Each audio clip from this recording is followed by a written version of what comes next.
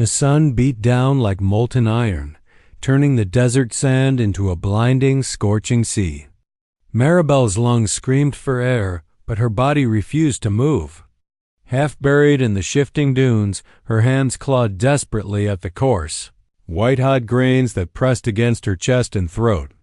Each breath was a battle, each gasp filled with choking sand. Her husband's betrayal had been swift and cruel. He had dragged her to this barren expanse, buried her alive for her barrenness, and left without a second glance.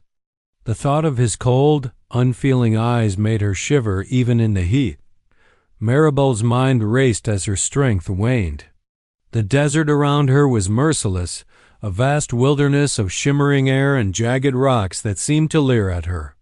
Every sound, the faint rustle of dry brush, the distant cry of a hawk, seemed amplified in her panic. Her vision blurred, the sun's glare painting the sand in harsh, unrelenting whites and yellows. She tried to remember her life in Sagebrush Flats, the small town where laughter once filled her days.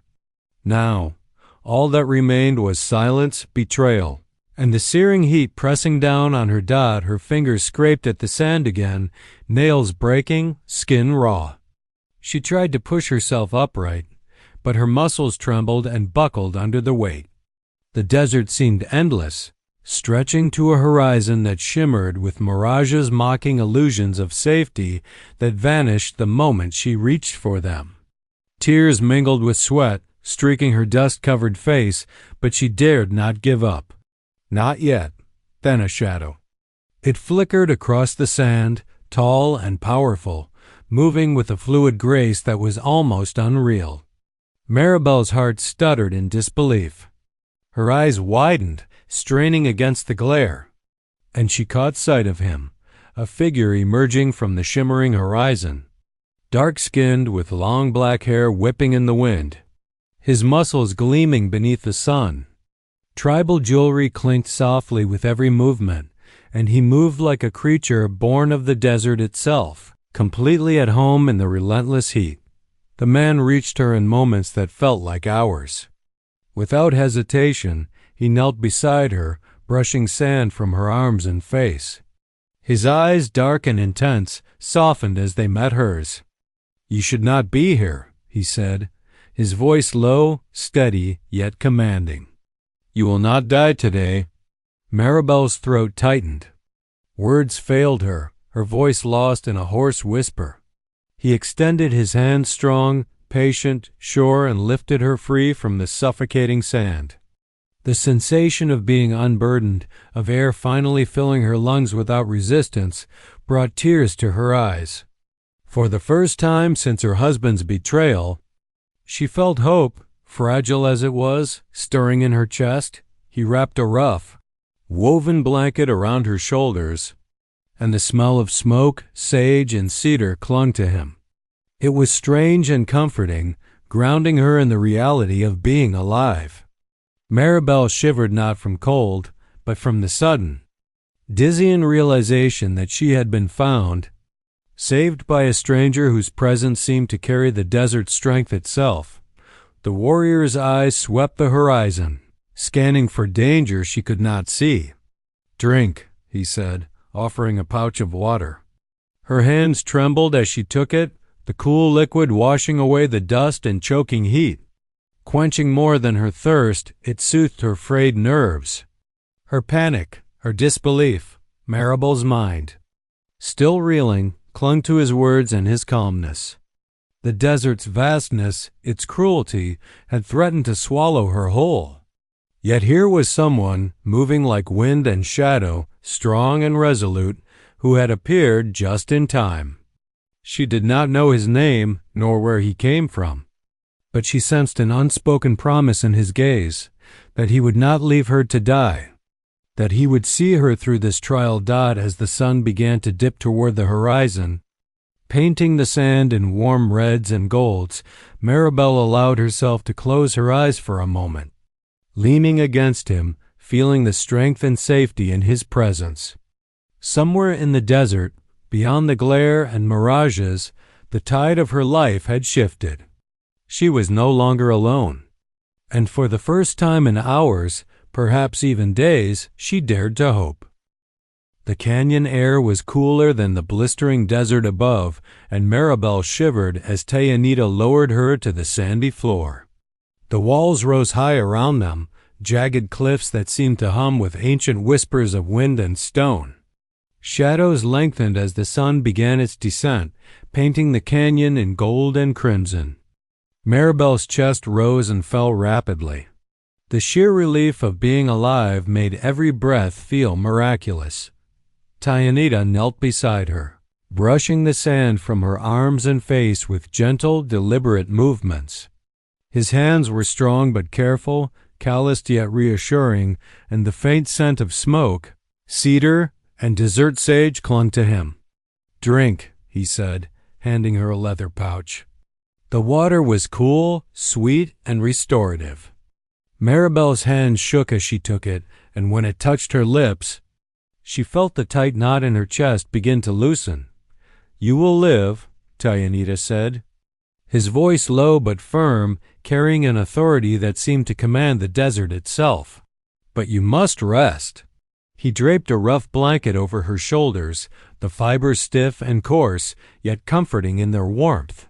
Maribel buried her face in the folds, inhaling the sun of him, the desert, and the fire that glimmered in the canyon center. Her eyes wandered over her rescuer, taking in the long black hair that fell in thick waves across his shoulders, the strong, sinewy arms that had saved her, the intricate tribal jewelry that jingled softly as he moved. His gaze never left hers, steady and unwavering, and in it she saw something she hadn't felt in months. Safety. Maribel tried to speak, but her throat felt raw, hoarse from the dust and panic.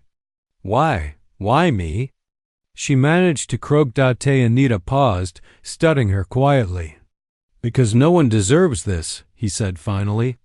"The desert takes quickly, but I have learned to move faster. You were not meant to die alone in the sand." For a moment, Maribel simply stared at him, unsure how to respond. Gratitude battled with lingering fear, disbelief, and a deep-seated shame that had haunted her since her husband's betrayal.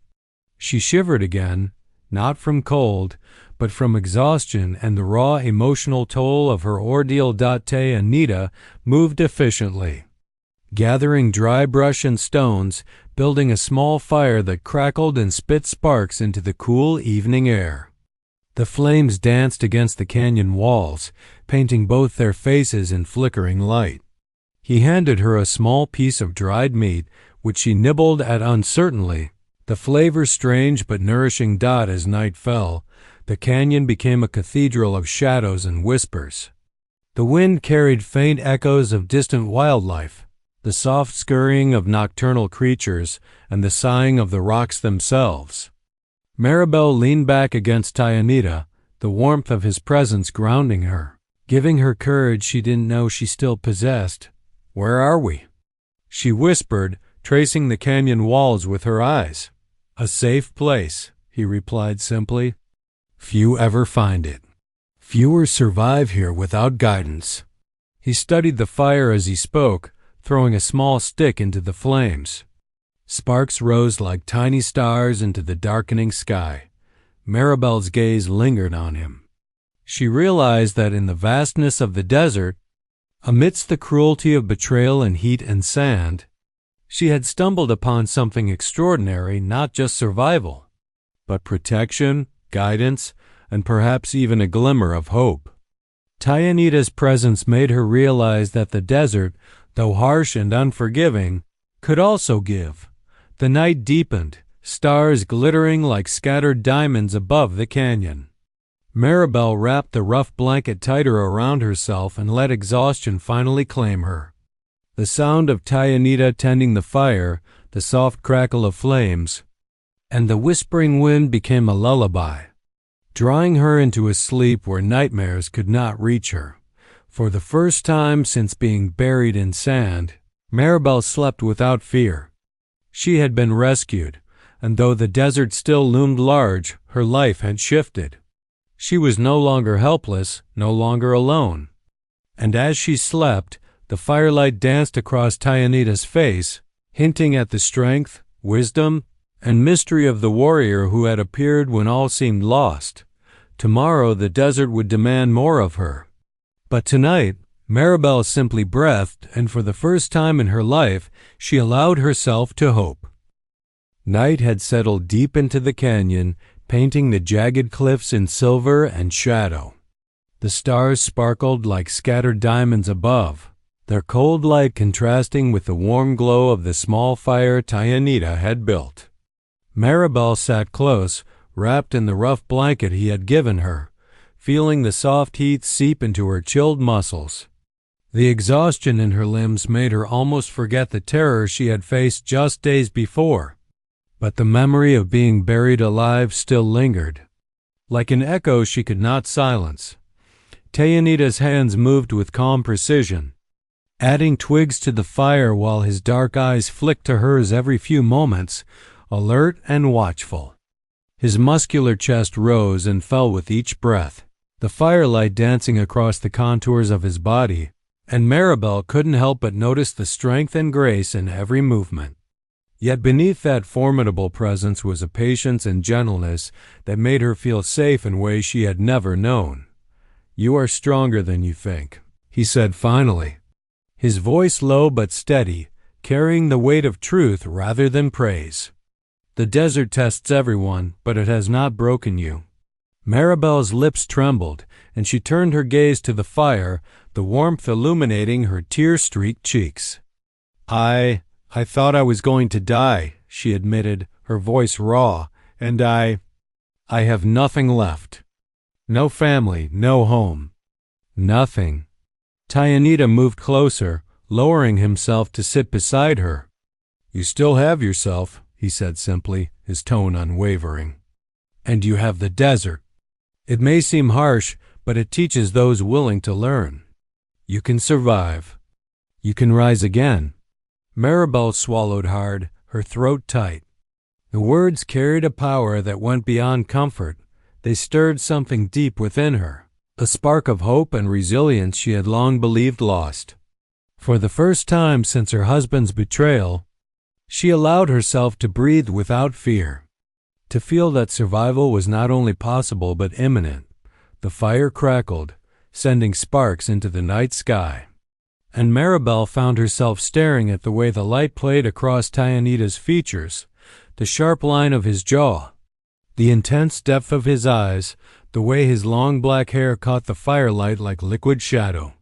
There was strength, yes, but also a quiet wisdom, a sense that he had walked many deserts and seen much suffering and yet remained unbowed. "I don't know who you are," she said, her voice barely above a whisper, "or why you saved me, but I am grateful." Tayanita's gaze softened, and for a moment the fierce warrior seemed almost human in its tenderness. "I am called Tayanita," he said. "I do what must be done to protect life. Today it was yours. Tomorrow, perhaps it will be another's." Maribel nodded, the words settling like gentle rain over the parched landscape of her heart. She realized that for the first time since her life had been turned upside down, she was beginning to trust someone not blindly, but carefully, cautiously, and with an awareness that her survival depended as much on learning to rely on others as on herself. Tayanita reached for a small piece of dried meat and offered it to her. She took it hesitantly, chewing slowly, savoring the strange but nourishing flavor. "You must regain strength," he said, his eyes scanning the canyon entrance for any signs of danger. "The desert does not forgive weakness." Maribel's gaze wandered to the fire, and she thought of the dunes where she had been buried, the white-hot sun, the betrayal that had driven her to the brink. That memory was no longer a chain, it was a reminder. She had survived. She was alive. And with Tayanita by her side, she would learn not just to survive, but to reclaim her life. Hours passed in quiet companionship. The fire sputtered, the canyon walls whispering in the night wind. Maribel felt a strange peace, a fragile calm that came from being fully seen, fully protected and fully alive. Her body relaxed, her breathing steadied, and the tension that had gripped her since the desert's betrayal began to ebb as she lay back against the sand, listening to the fire crackle and Tayanita hum softly an ancient tune she did not recognize. Maribel felt hope take root in her heart.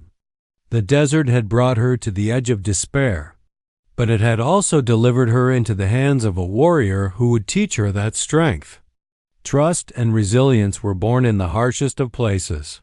For the first time, she allowed herself to believe that she might not only survive the desert, but thrive within it, side by side with the man who had appeared when all seemed lost.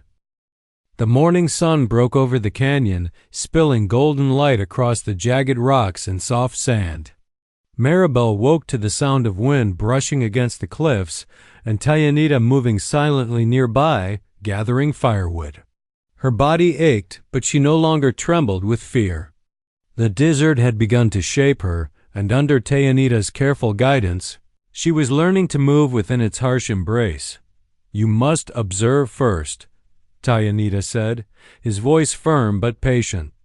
"The desert speaks if you listen. It teaches, but it will punish the careless." Maribel watched him intently as he pointed out signs in the sand, the faint tracks of a coyote, the slight bend of a grass stalk indicating water beneath the surface. Each detail seemed insignificant at first, but Tayanita's sharp eyes missed nothing. Slowly, she began to understand that survival was more than strength. It was attention, patience, and respect for the land. He handed her a small bundle of roots and herbs. "These will sustain you. Learn to find food that does not betray you," he instructed. Maribel sniffed the bundle cautiously, tasting the bitter leaves and crunchy roots. The flavors were foreign, but they nourished her in ways she had not known since her forced desert ordeal. As the day progressed, Tayanita led her across narrow ledges and through hidden passes, teaching her to move silently and efficiently over sand and stone. "Do not rush," he cautioned. "The desert has memory. Every step you take leaves a trace. Learn to walk as if you are part of the wind." Maribel stumbled several times, her legs quivering with unfamiliar exertion, but each time Tayanita's hand steadied her. "Fall, learn, rise again," he said. "Strength comes from persistence, not brute force." His gaze held hers, steady and unwavering, and she felt a surge of courage grow within her. For the first time in weeks, she felt capable, no longer just a victim of circumstance. By midday, the sun hung high, baking the sand beneath their feet. Tayanita led her to a hidden spring tucked behind a rock formation. Water bubbled cool and clear, reflecting the sky like a polished mirror. Maribel cupped her hands, drinking deeply. Savoring the refreshment that was more than physical, it was symbolic. A baptism into survival and resilience. "You will face danger," Tayanita warned as they rested in the shade. "But the desert teaches those who are willing to learn. You are no longer buried, Maribel. You are alive, and the desert is now your ally if you respect it." Her hands traced the cool surface of the spring, feeling the current of life flowing through her fingers. She thought of the dunes that had once nearly claimed her, of the betrayal that had nearly ended her existence. Now, under Tayanita's guidance, she began to see those memories not as chains but as lessons, hours passed in careful training. Tayanita demonstrated how to find edible plants, how to track animals without being seen, and how to sense approaching storms or predators by subtle changes in wind and sand. Maribel absorbed every word, every motion, her mind sharpening as her body strengthened. As the sun dipped toward the horizon, the canyon was bathed in soft orange and purple hues. Maribel collapsed beside the fire, exhausted but exhilarated. The ache in her muscles was a reminder of effort, not defeat. Tayanita crouched beside her, tending the flames, his dark eyes scanning the canyon for unseen threats. "You are learning faster than most," he said quietly, a hint of pride in his voice. The desert will respect you now, as will those who underestimated you." Maribel smiled faintly, feeling a new sense of confidence. She had been broken and buried, left for dead, yet here she was alive, learning, growing stronger with each lesson. The desert was no longer a tomb. It was a teacher, and Tayanita, the warrior who had saved her, was the guide who showed her how to rise. That night, wrapped in her blanket beside the fire, Maribel gazed at the stars above and felt a thrill of independence. She would never forget what had brought her to this canyon, but she also knew she would never be the same woman who had cried in the sand. Strength, knowledge, and trust had begun to take root within her, and tomorrow she would continue to rise. The desert wind carried a cool edge as dawn broke over the canyon. Maribel awoke to the faint rustle of Tayanita's movements, the soft scrape of sand beneath his feet, and the distant cry of a hawk circling high above. Though she had learned to trust the desert and her own growing strength, a flicker of unease gnawed at her chest. Her past, the betrayal, the life she had lost, was never far away. Tayanita noticed her tension immediately. "You are troubled," he said, his voice low but steady as he offered her a pouch of water. His dark eyes, sharp as obsidian, held concern and awareness. "Do not let the past cloud the present. It has lessons, yes, but it is not your master." Maribel took the water, swallowing slowly. I just thought I had left it all behind," she admitted, her voice shaky. "But it seems the desert is not the only place that remembers. My husband, he must know I survived." Tayanita's gaze darkened. "Then you will be found," he said simply, "and not necessarily by those who wish you well." Fear, sharp and raw, coiled in her stomach. Memories of betrayal surged, the cruel eyes of the man who had buried her, the town that whispered behind closed doors, the shame of being cast aside for something she could not control. And yet, beneath the fear, there was a spark of determination she had never felt before. She was no longer helpless. She was no longer alone. By mid-morning, Tayanita led her to a rocky ledge overlooking the plains beyond the canyon. From here, the small town of Sagebrush Flats was visible in the distance, its dusty streets stretching like a scar across the land. Maribel's stomach knotted at the sight, but she refused to turn away. She needed to face what had once nearly destroyed her. "They will come," Tayanita said, reading her thoughts. "Some will come with ill intent, some merely curious. But you will face them differently now." His voice was calm, but the authority in it carried the weight of unspoken experience. Maribel clenched her fists, the rough fabric of her blanket biting into her palms. "I won't be the same woman they left for dead," she said firmly. "I won't be frightened, and I won't run." Tayanita nodded, a hint of approval in his dark eyes. "Good.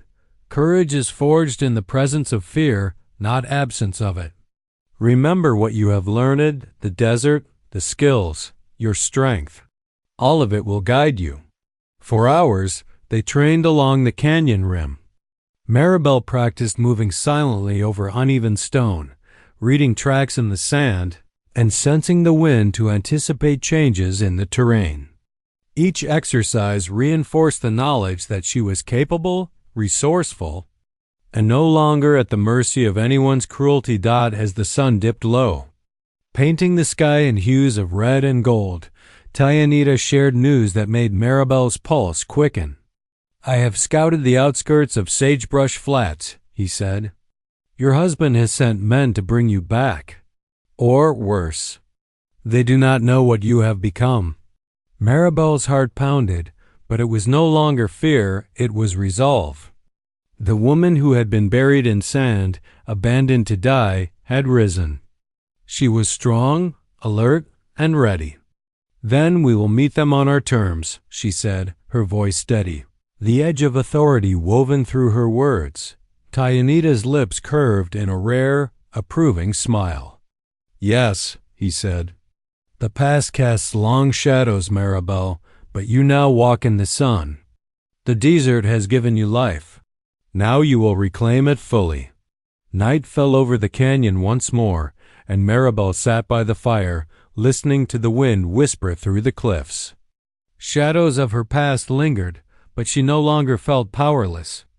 With Tayanita by her side, she had learned to face fear, to harness it, and to turn it into strength. The desert had tested her and shaped her, but it had also delivered her into the hands of a protector, a teacher, and a companion. And as the stars glittered overhead, Maribel knew the confrontation awaiting her at Sagebrush Flats would not be a moment of fear, it would be a reckoning, and she was ready to rise. The dusty streets of Sagebrush Flats were quiet that morning, the sun barely breaking the horizon and casting long golden shadows across the town. Maribel felt her pulse quicken as she and Tayanita approached, the familiar buildings stirring memories both bitter and painful. Her husband's betrayal haunted every corner, yet she no longer trembled. She had risen from the desert, stronger, wiser, and unafraid.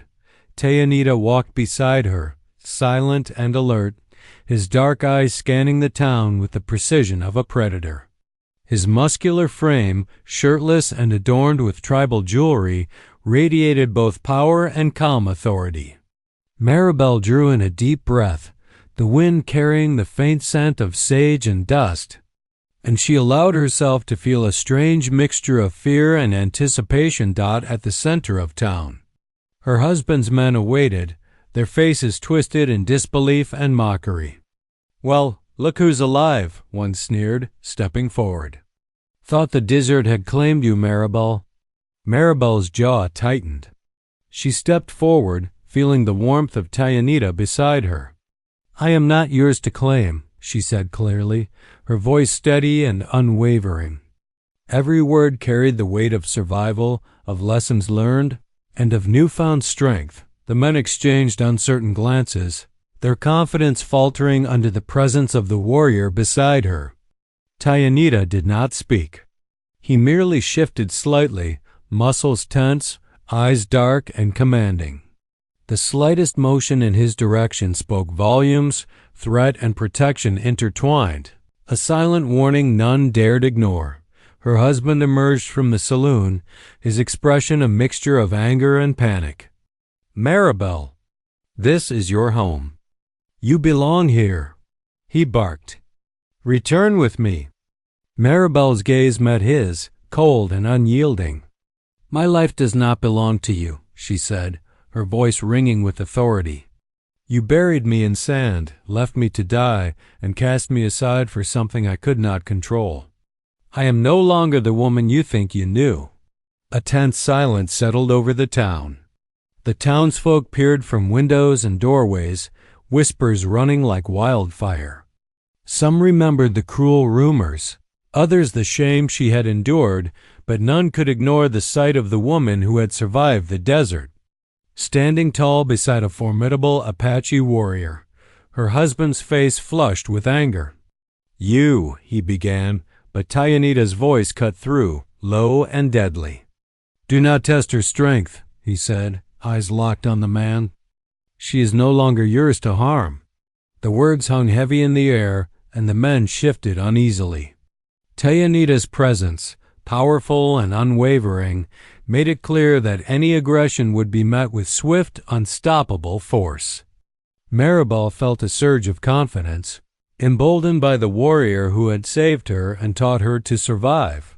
Maribel took a step forward. "I am free," she declared. "I have survived the desert, learned its lessons, and I will not be caged again. You cannot bury me, you cannot shame me, and you cannot control me." The town remained silent, watching the scene unfold like a slow, tense tableau. Her husband's eyes darted around, realizing that the power dynamics had shifted. No longer a frightened woman, Maribel stood unbroken, fierce in her dignity. Tayanita's hand rested lightly on her shoulder, a subtle reminder of protection and solidarity. Maribel drew strength from it, her body and spirit fully attuned to the lessons of the desert, the patience, The awareness, the courage. Her husband finally recoiled. Stepping back, his pride wounded beyond repair.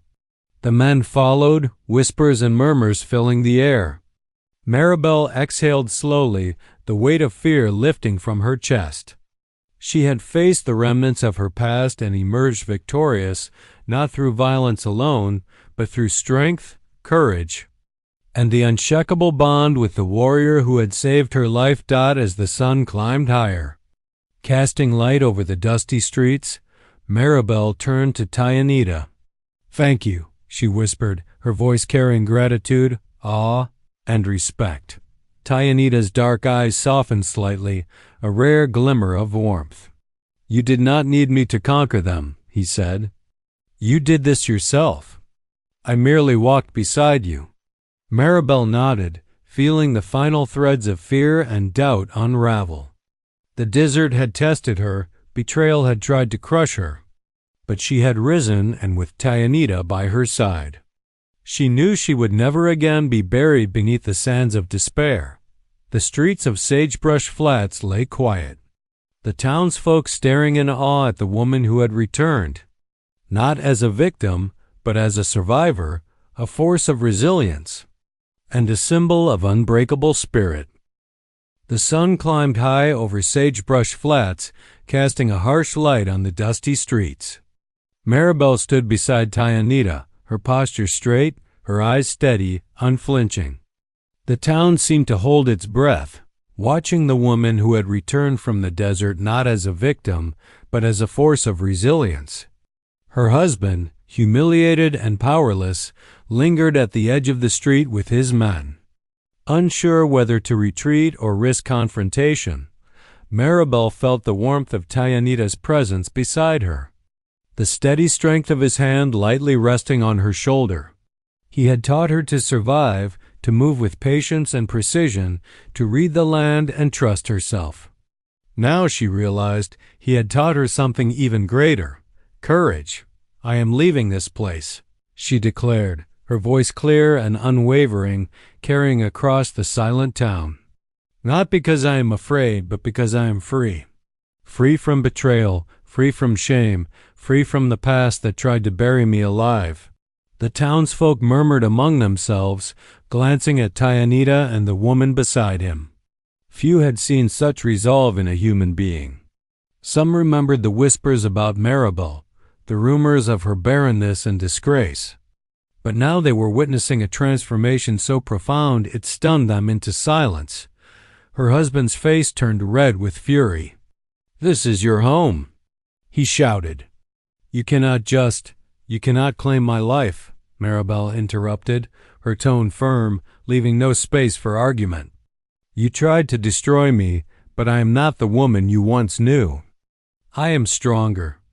I have survived the desert, and I will not be owned by anyone." Tayanita stepped slightly forward, his muscular frame imposing, dark eyes locking on the men who had come to intimidate her.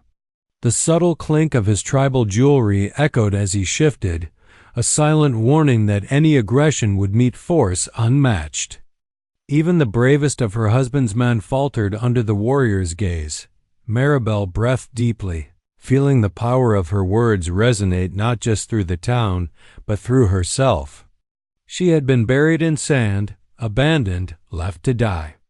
Yet here she stood, fully alive, fully aware, fully in control of her own destiny. "I will not return to you," she said to her husband, voice carrying the authority of a woman who had faced death and emerged stronger. "I have a life now. A life I will shape on my own terms, with or without your permission." Her husband took a step back defeated, and the men behind him followed, their confidence shattered.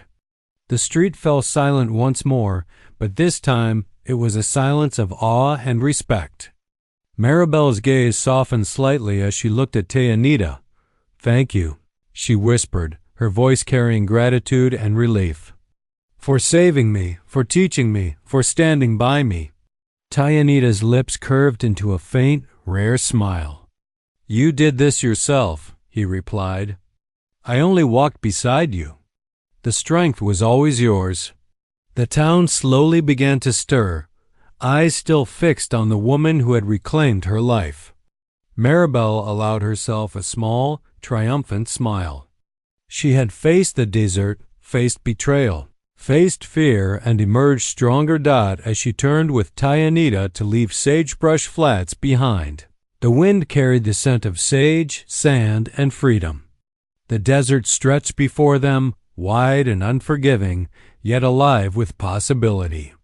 Each step she took was a declaration. She would no longer be buried by cruelty, by shame, or by the limitations others imposed on her. Maribel felt the warmth of the sun on her face and the strength of Tayanita at her side. She was alive, she was free, and for the first time in years, she truly believed in the life she would now build. The desert had tested her, but it had also delivered her, not just to survival, but to triumph. Together, they walked into the open expanse, leaving behind the whispers and shadows of the past. Maribel's heart beat with exhilaration and peace. She had faced the ultimate betrayal and emerged unbroken, guided by courage, resilience, and the unwavering presence of a warrior who had proven that even in the harshest desert, life and freedom could flourish. The canyon behind them faded into the horizon, and with it, the weight of fear. Maribel's future stretched wide, unclaimed, and full of promise. She was no longer buried, she was alive, radiant, and unstoppable.